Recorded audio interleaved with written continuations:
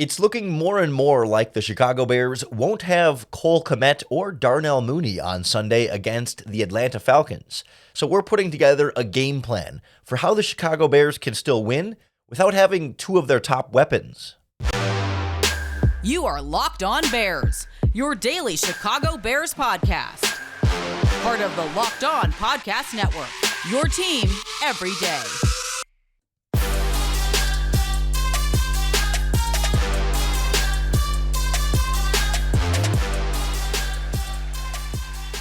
This is Locked On Bears, and I'm your host, Lauren Cox.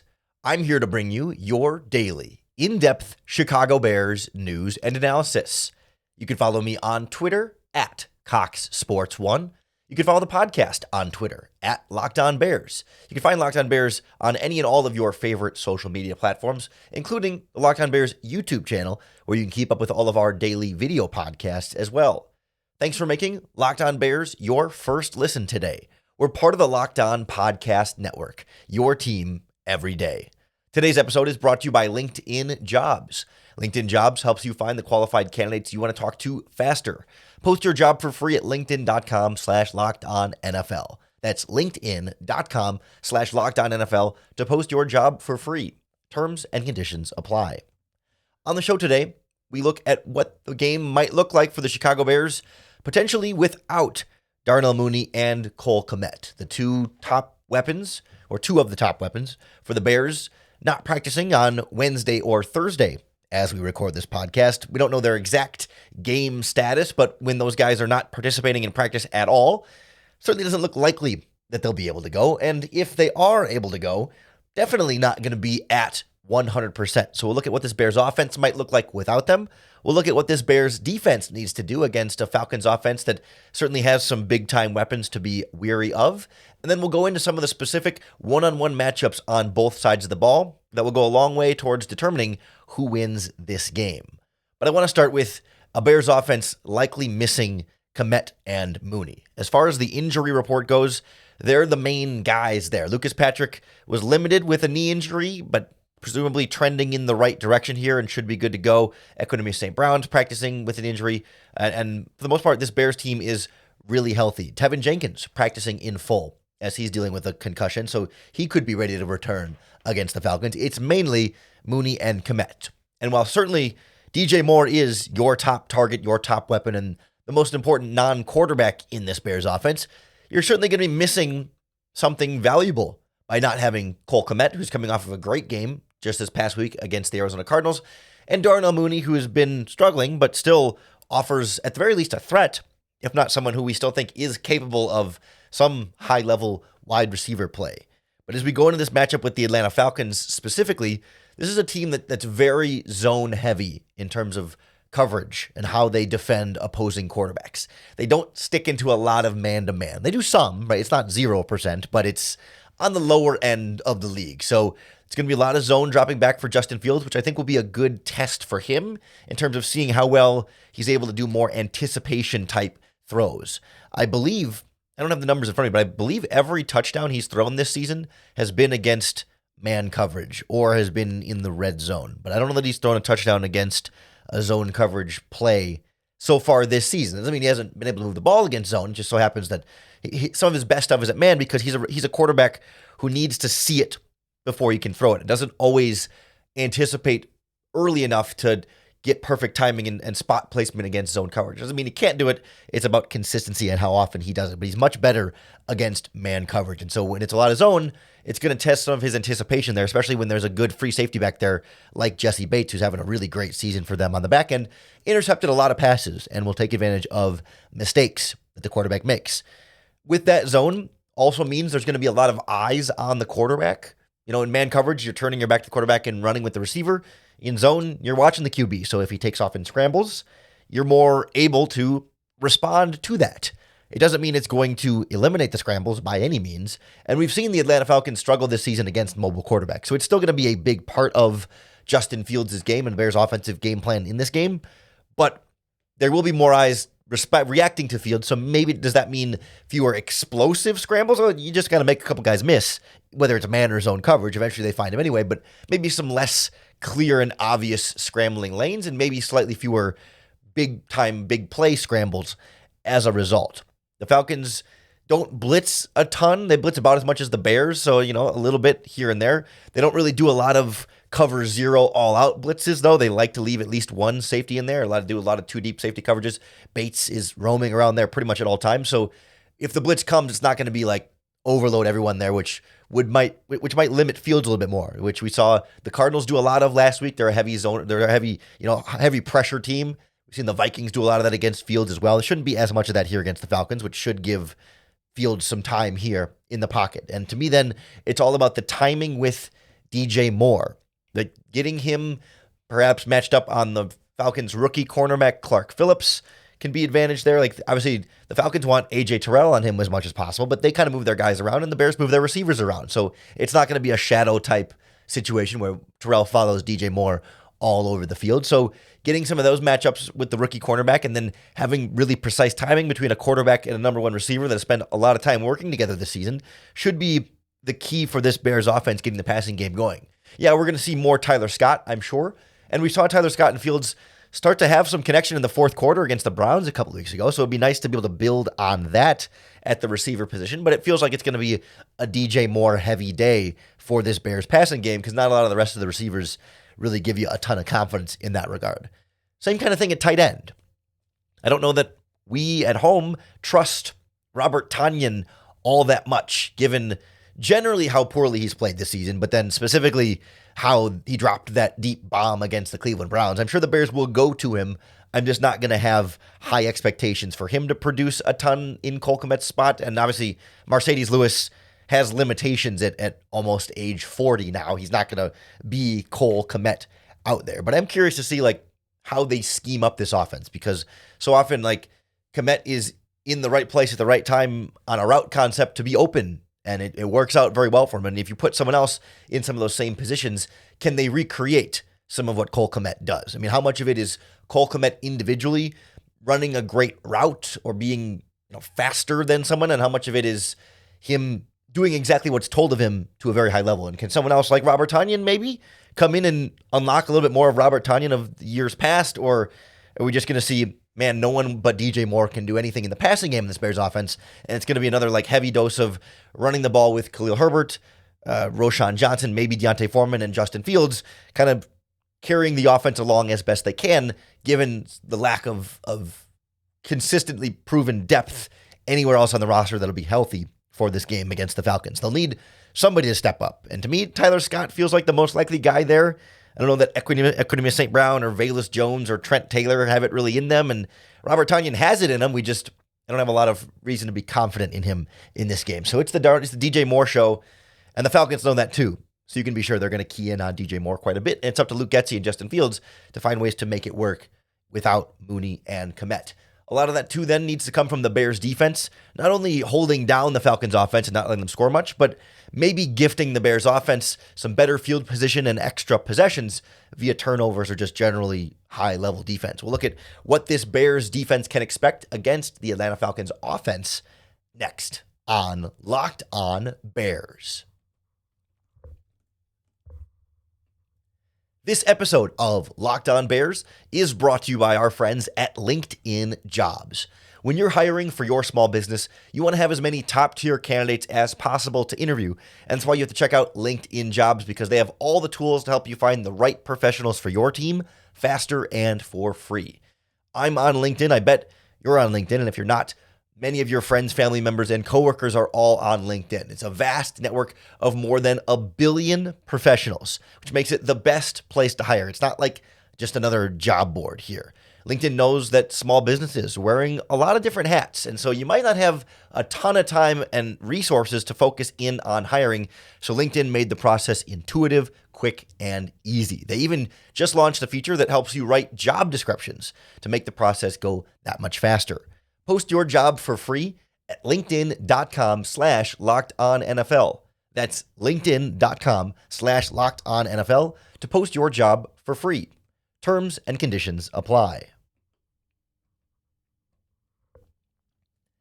this Chicago Bears defense has been so reliable for the Bears all season long. And really, the Bears and Falcons are kind of in a similar position where they've been able to rely on their defense pretty much all year, and then it's a matter of how much can they squeeze out of their offense.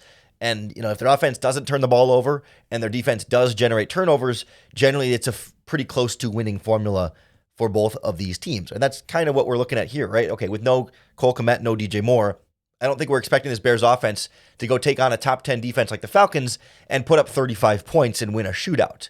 This game feels more like, okay, Bears defense can keep up with and hold down a mediocre Falcons offense, and then the Bears offense just needs to do enough to outscore an offense that their team should be holding down to a low point total. That's why yesterday on Crossover Thursday, we talked with Aaron Freeman from Locked On Falcons about how, maybe expecting a little bit more of a lower scoring, ugly type of game. The thing about the Falcons offense is that they have some really scary, impressive weapons that they largely, I don't want to say they don't know how to use, but they just haven't been able to consistently use effectively. Like, I don't think Arthur Smith is actually stupid. He knows that Bijan Robinson is one of the best young running backs in the NFL. He knows that Kyle Pitts is one of the most athletically gifted, best young tight ends in the NFL. And he knows that Drake London is a 6'4", 220-pound prototype, number one type of body wide receiver on the outside. He doesn't not realize that those are valuable, important, good players. They just, for whatever reason, have a lot of trouble consistently getting the ball to them and putting them in positions to actually make plays with their offense. And a lot of that, maybe you can blame on the quarterback performances that we've seen, but I think when it comes to how many times Bijan Robinson gets the ball, play caller decides how many times they're handing it off to the running back. And that's something that's a little bit more within their control, and we still don't see them consistently give the ball to Bijan Robinson. So I don't know exactly how to diagnose the problem for the Falcons there, but what I do know is from the Bears' perspective, all three of those guys are playmakers who scare you and can beat you. So you got to focus on them. Whether or not the Falcons figure out how to get the ball to them or not, you got to make sure that you are ready for them and keying in on them and making everyone else on this offense beat you, because the Falcons haven't been able to consistently beat other teams without getting the likes of Robinson and Pitts and London heavily involved in the offense. We heard yesterday from Aaron Freeman from Locked On Falcons on the podcast, the Falcons are going to want to run the ball. They're going to want to take the pressure off of Taylor Heinicke as much as possible and not ask Taylor Heinicke to have to do too much. So then, of course, from the Bears' perspective, you got to stop the run and you got to make Taylor Heinicke do as much as possible to beat you. Make this quarterback beat you, and specifically, make him beat you by throwing the ball to players not named Drake London, Kyle Pitts, and Bijan Robinson. I don't mean to overlook their second tight end, Jonnu Smith, is also very good and is a threat and is a real weapon, but again, Pitts scares you more, and you can't shut down everybody all at once. Three guys is already a lot. But to me, the plan, step number one is load up the box. Stop the running game, stop Bijan Robinson. Because even throwing to Drake London and Kyle Pitts and Jonnu Smith, I don't fully trust Taylor Heinicke to be the guy who can stay in the pocket, avoid the pressure, step up and deliver consistent, downfield throwing to work his way down the field and score a bunch of points on this Chicago Bears defense. So stop the run first and foremost, get them into longer down and distance situations where Heinicke has to throw, and all of a sudden you feel like you're in a much better position defensively. The Falcons offense, because Jonnu Smith and Kyle Pitts are both really effective tight ends, and because they don't really have any wide receivers that scare you besides Drake London, they run a lot of two tight end sets, a lot of two running back sets, a lot of three tight end sets. This is not a team that's heavy in the spreading you out with 3 or 4 wide receivers type plays. Now, that doesn't mean they don't put their tight ends at wide receivers. They might spread you out formationally, but personnel-wise, they're a much heavier offensive personnel team. You're not going to see a lot of traditional wide receivers. Now, that doesn't mean we're not going to see Kyle Pitts plays a lot of wide receiver. And Jonnu Smith plays a decent amount of wide receiver too, but this is a game where the Bears are likely to match that with a lot more base personnel. Jack Sanborn likely going to play a lot more with 3 linebackers out there instead of Kyler Gordon. Doesn't mean they won't still have plenty of situations where they're in nickel and have Kyler Gordon out there, but I think you're going to see the Falcons try and load things up, try and get more of those three linebackers on the field, and then try and make their tight ends beat your linebackers in coverage and think that that's a mismatch for them, which may be true when it's Jack Sanborn and maybe TJ Edwards, but I'd like to think Tremaine Edmonds can keep up with the likes of Jonnu Smith and maybe even Kyle Pitts. Not every time, but physically can keep up with those guys. When you look at how they're used, Kyle Pitts plays about 75% of his snaps at wide receiver and about 25% at tight end. Like he's mostly in the slot, sometimes wide, but only, it's like, basically think of it as like 25% outside wide receiver, 25% inline tight end, 50% slot receiver. That's rough numbers oversimplification of how Kyle Pitts is used. So he's basically like a wide receiver, but they do use him in a lot of blocking situations. So like you can't totally treat him purely like a wide receiver because they'll still load up with 2 or 3 tight ends in line and get really heavy personnel and try and run it down your throat. So you want to respond to that with linebackers, but I also don't think Pitts has been that great of a blocker this season. Like it's kind of like Rob Tonyan, where it's like, yeah, he can get a hand on somebody and get in the way, but he's not going to grab onto you and drive you 10 yards downfield and blow open the point of attack. Like he's more like a fill in on the backside and make sure you don't screw it up completely kind of guy.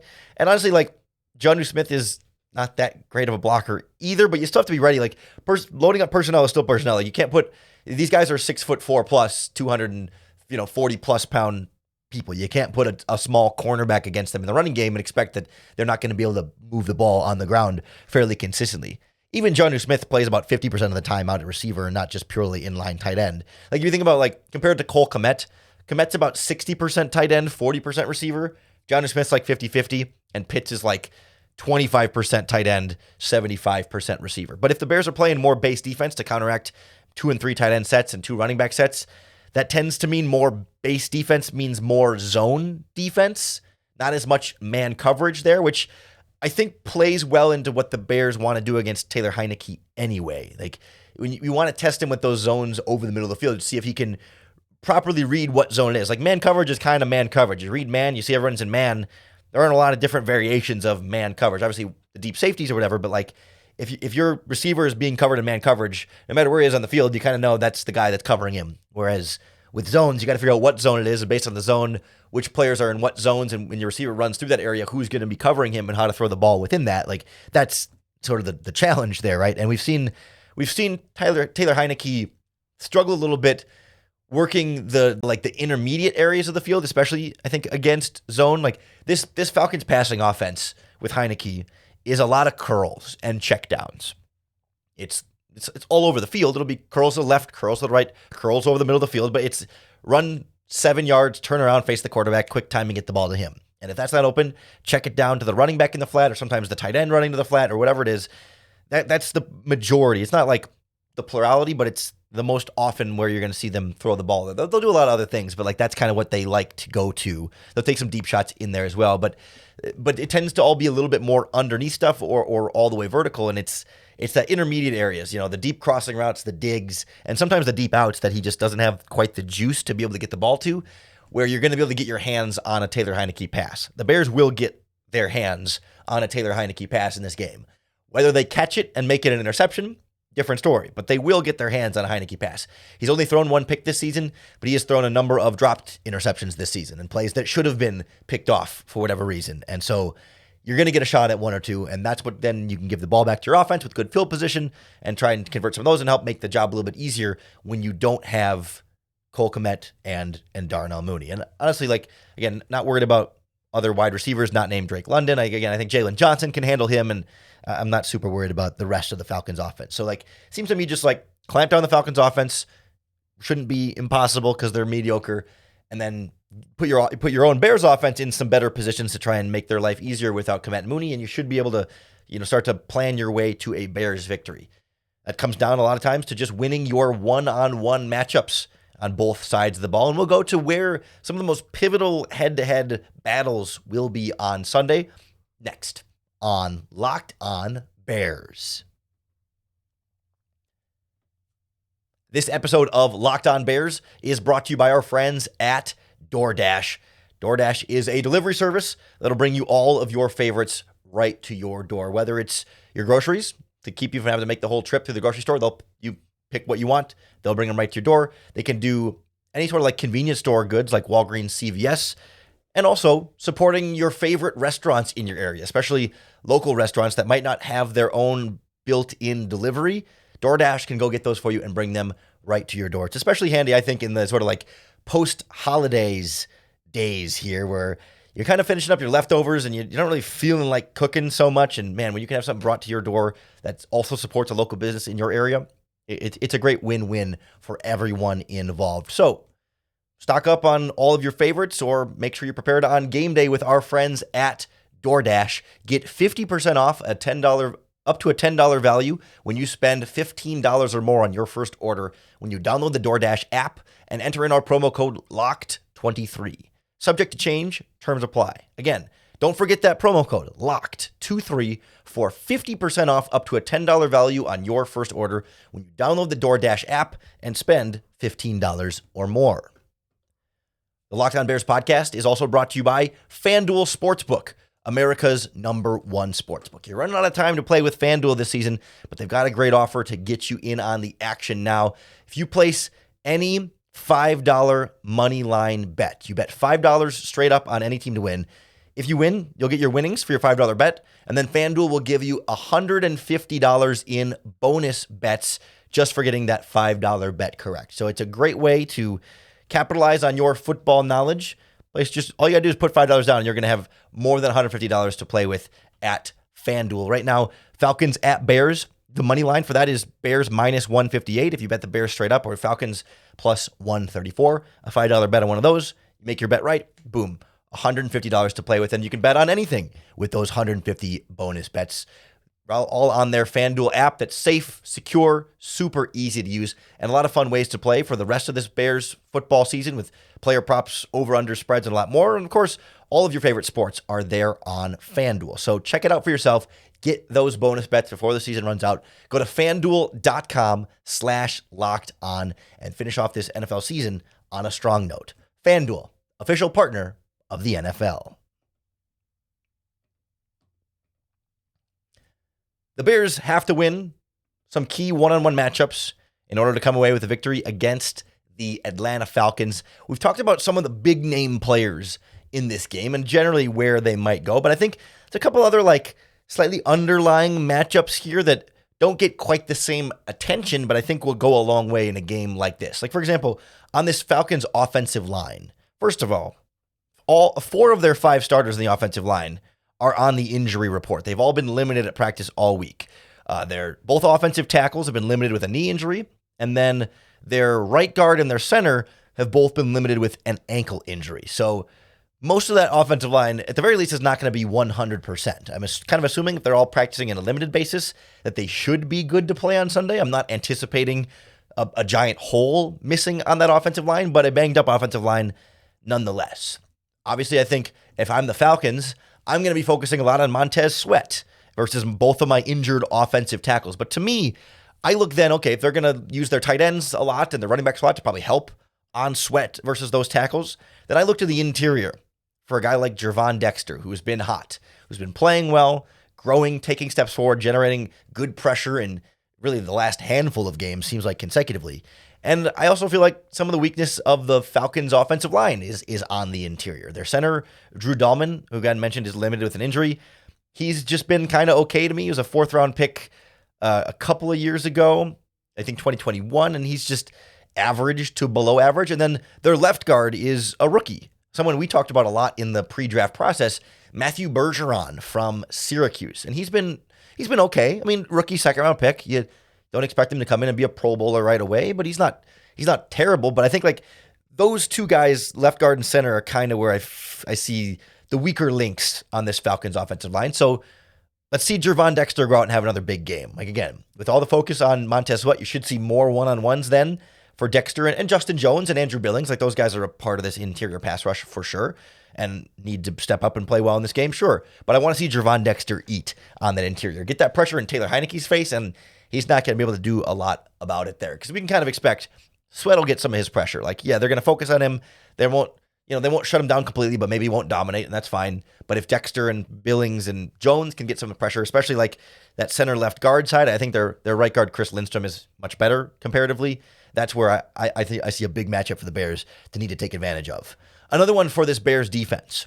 We didn't talk a lot about Drake London being, he's their number one receiver, and the other receivers are really very little threat. It's Van Jefferson, Mac Hollins, Kaderil Hodge, and Scotty Miller. Some of those names you may have heard of from fantasy, but none of them have been producing at all this season.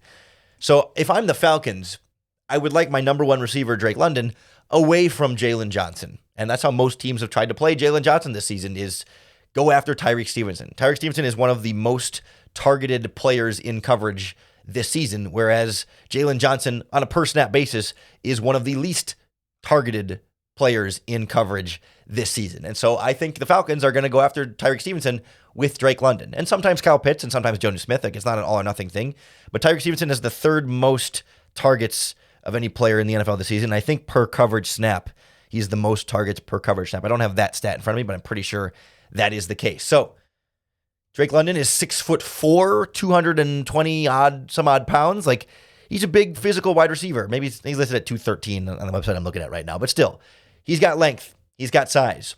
Tyreek Stevenson has some too. So this is not going to be a bully ball type matchup, but it is something you just want to make sure you're on top of if you're the Bears, and make sure that you're not putting him in too many difficult positions or trying to, get him really like stressed too hard. Like, because, you're not going to try and like double team Drake London all game. So if they're going to scheme up everything and throw it right at Tyreek Stevenson, are you leaving him in just one-on-one physical matchups against a 6'4" receiver? Or, are you zoning things off and letting him pass some things off sometimes? And, how do you try and balance that with Stevenson is a big question that the Bears need to make sure that matchup isn't being exploited too much, or that you're not overlooking Kyle Pitts or Jonnu Smith in trying to focus too much on Drake London. Just how the Bears want DJ Moore on the rookie Falcons cornerback, Clark Phillips.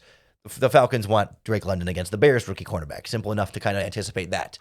On the other side with this Bears offense, I look on this Bears offensive line in a similar kind of space as the Falcons do. Like, I think the best Falcons pass rusher this season, like on a per snap basis, it's probably David Onyemata. Calais Campbell is also very good, but like, as far as one-on-one matchups go, they move Calais Campbell everywhere. He's played edge rusher all the way into nose tackle and everything in between. Like, literally, like last game, I think against the Colts, he played like a season high number of nose tackle snaps, but he plays primarily like outside linebacker, defensive end, like on the edge, but he can play nose tackle. He does everything for them. So like, it's not so much like they're going to find a one-on-one matchup and send Campbell at him over and over again. He's the kind of the versatile weapon on the defensive line. They put him wherever they need to kind of make everything else work with everybody else. But David Onyemata has been more consistently generating pressure up front, and he plays more of that, like 3-4 defensive end type spot. So he's going to go up against the guards, Cody Whitehair and Nate Davis. He plays both sides, rotates between the two, but like, think Akeem Hicks in recent years. Not that they're the same skill set exactly, but that type of role that the Bears will be facing. In his first game back, Cody Whitehair, I thought, played pretty well against the Cardinals there. Although, as we talked about earlier, Tevin Jenkins is practicing, so maybe he'll be out of protocol and good to go to start back at left guard. If so, feel pretty good about that one. And then it's Nate Davis at right guard that, you want to watch out for. But again, it's not that I'm worried about the Bears absolutely blowing that matchup, but it's like, hey, one-on-ones that the Bears need to win and stay on top of, that one will also be important. And real quick, I'll throw in one more. The Falcons have another kind of jack-of-all-trades versatile player behind them. Richie Grant plays some safety, plays some outside linebacker, plays some inside linebacker, plays some slot, kind of rotates all over that defense, kind of like a star, the star position in college defenses sometimes what they call it. You just are like a hybrid linebacker safety who can kind of do a little bit of everything. Him versus Khalil Herbert is going to be fun to watch because Richie Grant moves well. Like, he's not a big safety, but he's pretty fast. He's 6 foot, 200 pounds. Like, he's not humongous, but he gets around well. So he can keep up generally with Herbert from a speed standpoint. But Richie Grant is among the league leaders in missed tackles by safeties this season. I think he's got 15 so far this season in about 15 games. He gets at least one per game, and it's, tackling's been an issue for their linebackers a little bit too. So with Herbert seemingly getting back up to speed and running really well against the Cardinals and looking healthy again and explosive, I want to see him break a few tackles from Richie Grant and these Cardinals linebackers and have another big game in the ground. I think it's important that we don't underestimate this Falcons defense that is playing very well, because it's going to be a challenge for this Bears offense, but the Bears defense needs to step up and shut down a Falcons offense that isn't super great either, and that's how you start to get to another Bears victory now in Week 17. God, it feels weird to say that. We're running out of games to break down for you here on the Locked On Bears podcast. Only one more left after this. Got to keep tuning in to get your Bears fix while you still can, because the regular season will be over before you know it, and then we're going to miss having Bears football on Sunday. So subscribe to the podcast on YouTube or wherever you listen to podcasts. That's going to be the best way to keep up with all of our daily, in-depth Chicago Bears news and analysis. Thanks for making Locked On Bears your first listen today. Coming back on Monday as we'll recap whatever happens in Bears Falcons on Sunday, and then we'll get ready for the last regular season game of the season. And then before you know it, we'll be in off-season mode, which is still going to be here 5 days a week, but we're talking a lot of off-season storylines that we've been intentionally not getting too deep in because we still have regular season football ahead of us. So, hope you have a happy New Year's weekend. Hopefully a good Bears game to go with it. And I hope even over the weekend you're still able to find some time to bear down.